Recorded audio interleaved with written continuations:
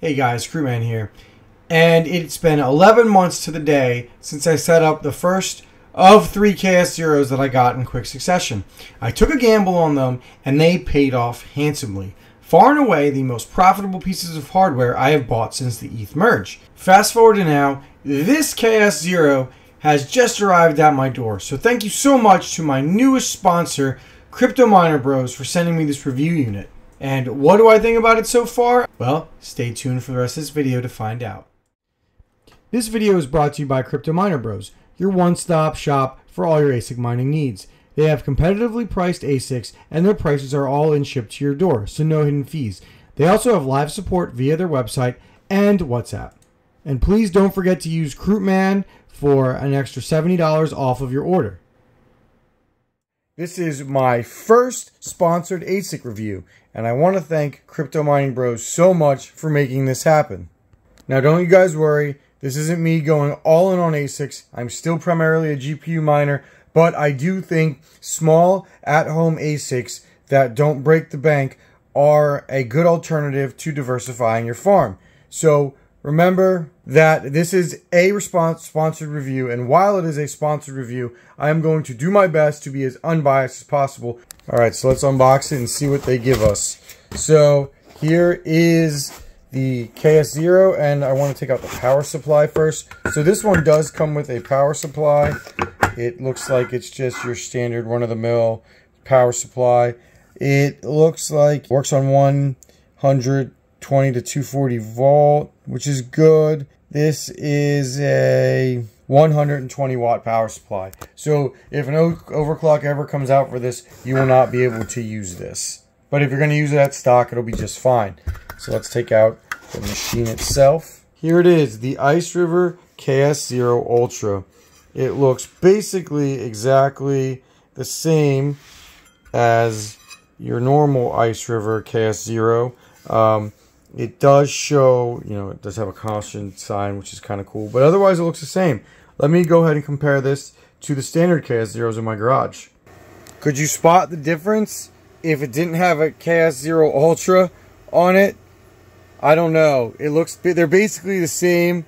They're exactly the same size-wise. I don't really see any difference between them. So these are my KS0s from basically launch, and that is what it looks like next to the KS0 ULTRA. Now the KS0 ULTRA will not be going in here. It is going to be going in my mining shed, where I'm probably going to end up moving these 3 as well.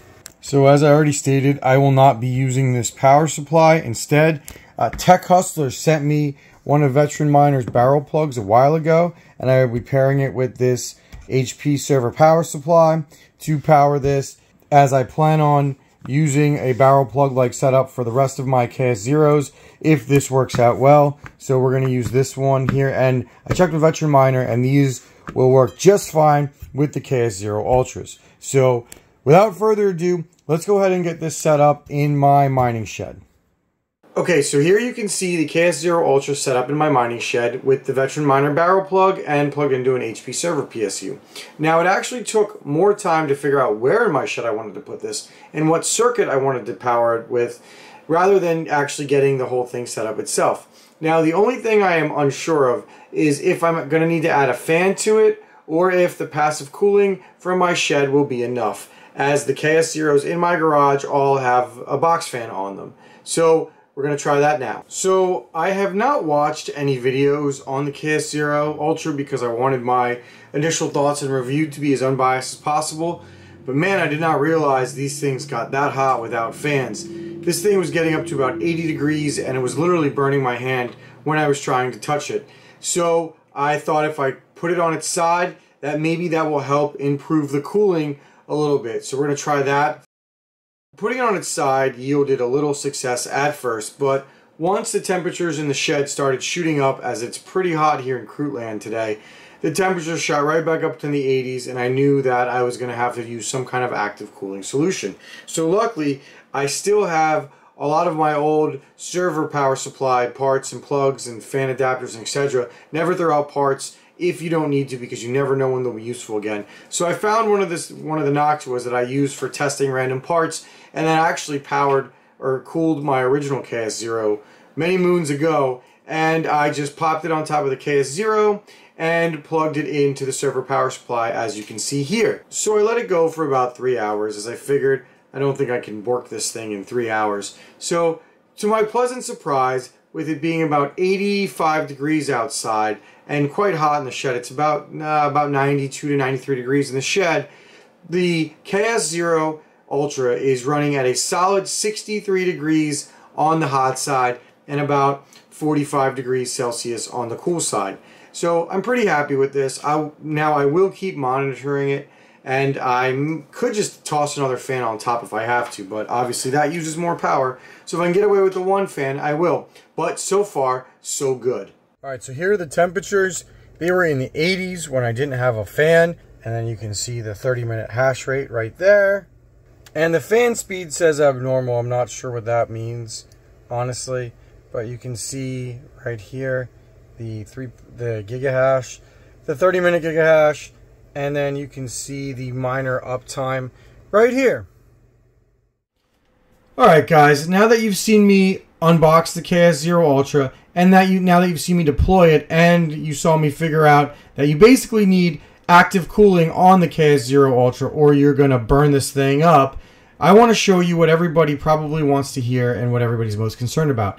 The first year profitability, because let's be real, as with any KASPA ASIC, in my opinion, the first year is where you're going to yield the most and therefore make the most amount of money.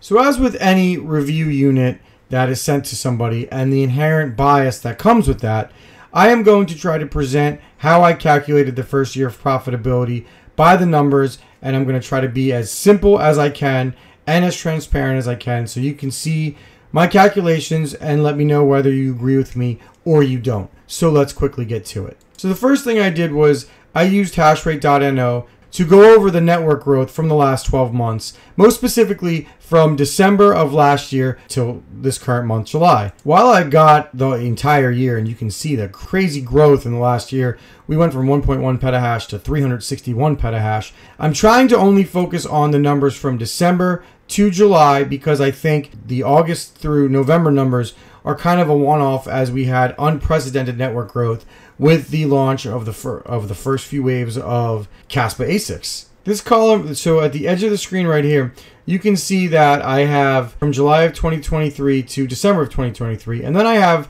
the entire year of 2024. The data in orange from April to July is accurate, and I essentially use that data to basically guesstimate what I think August through December would be. And you can see the yellow is me guesstimating based off of orange's data, and I'm not applying any of the data that isn't highlighted other than that. And you can see that my guess is that we will end up by the end of the year at about 738 petahash. The reason I did this is because I am going to use real data that we have from 2024 along with the data that I kind of I guesstimated in order to get what I think the full network growth would be for this year. And then all you can really do is apply that network growth to next year. So I'm essentially going to use that real and made up data and apply it to the first 6 months of next year in order to figure out how much KASPA I will yield by July.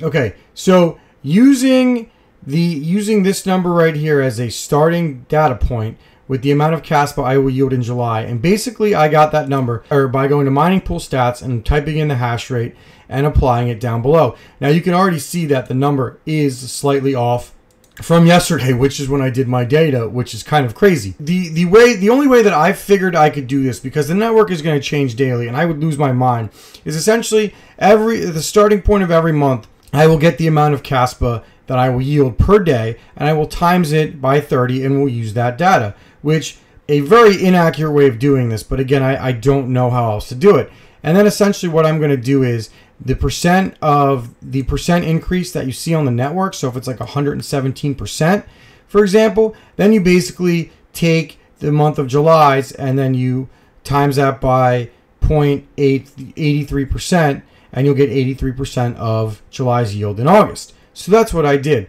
And you can see here, we start at 9.7 KASPA in July of 24, which is an accurate number. And then in June of 25, we end up getting not even a single KASPA per day. Now, if you do, if you add all of this up, you get approximately 1,481 KASPA. Now, the big problem with this data is that I'm not factoring in the KASPA emissions schedule, which basically will start, the number that I care about is July 7th, 2024, when the block reward drops from 103 to 97. And by the time the first year is complete, which is basically 7/7 of 25, we go from 97 KASPA per block per second to 48 KASPA. And basically the daily yield of KASPA will go down from 257 million all the way down to 128 million, which is a lot less KASPA. I don't honestly know how to approximate this. So the only thing I feel like I could do is basically just take 80% of this, and that's what you're going to get. So if you do that, you're going to basically end up with 1,184 KASPA. Now, again, guys, I'm doing as best as I can to be as accurate as I can. But when I bought my KS0s, I had no idea how to predict the profitability. And I mean, I know way more now, but I'm not a math guy. So this is the best that I can get you. I would say I'm probably accurate within 80%, if we're being honest, and I am okay with that in the context of this video review. If you think you have a better answer or you can get more accurate data, please let me know and I will update this review to reflect it. So essentially, if KASPA's price were to stay where it has been all year and not budge, your 1,184 KASPA would give you about $212. Now, obviously, you are banking on the price of KASPA to go up. And in the last 2 years, the price of KASPA has done nothing but gone up. Now, I would say that this year it's been relatively stable with a low of about 11 cents and a recent high of almost 20 cents. But where would you need the price of KASPA to go to break even on this miner? Well, if you bought from Crypto Miner Bros and you used code CRUITMAN for $70 off, this thing would cost you $360 shipped out the door for the July batch. Now, I want to tell you that I never, ever, ever recommend buying spot batches of ASICs. In my opinion, you will never make back that price, and you are always better off buying a month down the road and saving money that way. You're essentially paying $359 for this ASIC shipped to your door. The first year of mining profits will make you $212 for about a $140 loss if the price stays the same. Now, if the price of KASPA were to go to about 32 cents, which we can simulate here by doubling the amount of KASPA, then you would have $425, which would make you about a $90 profit. If you're going to buy a KASPA ASIC at this point in time, this late in the game, you are essentially banking on the price to double, because if it doesn't, then you're going to lose your money. So I would argue that for $359, at worst, you could potentially lose, maybe $140, which when you consider the fact that if you are a business buying this, you can write off the hardware, you'll lose even less. I think that's a pretty low risk. Now, on the flip side, if you mine and hold your KASPA for the entire year, which I would 100% recommend doing if you are buying a KASPA ASIC, you basically have to hold it or you're never going to make your money back. You will make about 90 to $100 in the first year. Now, that's assuming KASPA the price just doubles, which I'm just trying to be realistic, right? Basically, what I'm trying to show you guys is this is essentially a low risk miner because it only costs you $350 after using my code for the July batch. It is also a low reward miner, which, if the price doubles, you're only going to make about $100. It's when the price triples or quadruples, etc., is when you're going to make your real money. So should you buy this thing? In my opinion, if you're looking to diversify your farm and you understand while this is a low risk at such a cheap amount, it is also going to be a low reward unless KASPA goes to the moon, which I have no idea, then I think it is an okay way to diversify your farm. And it is also a way to get into KASPA now if you want to get into it, but you're not sure whether it's too late or not. This could be the perfect jumping on point to, getting a little KASPA bag and seeing what happens. But if you do buy this miner, you have to understand a few things. The first thing is you have to hold your KASPA. You absolutely cannot sell your KASPA until it hits the price that you want. Otherwise, you're just wasting your time.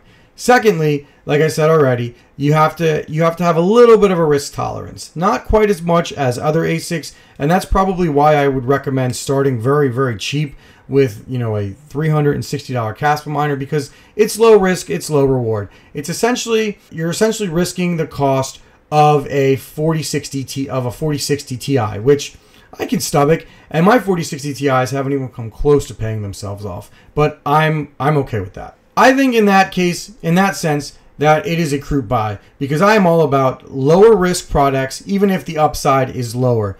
And again, that's perfectly okay with me because I need to sleep well at night. I'm going to rate this a croup buy for the reasons I just stated. So thank you again for watching this video. Please consider buying Crypto Miner Bros, as they are a sponsor of my channel, and use code CROUPMAN with 2 zeros, not O's, for $70 off your next order. So thank you again for watching this review. Please like and subscribe for more crypto mining, GPU mining, and a little bit of ASIC mining content. It's not going to kill you. CROUPMAN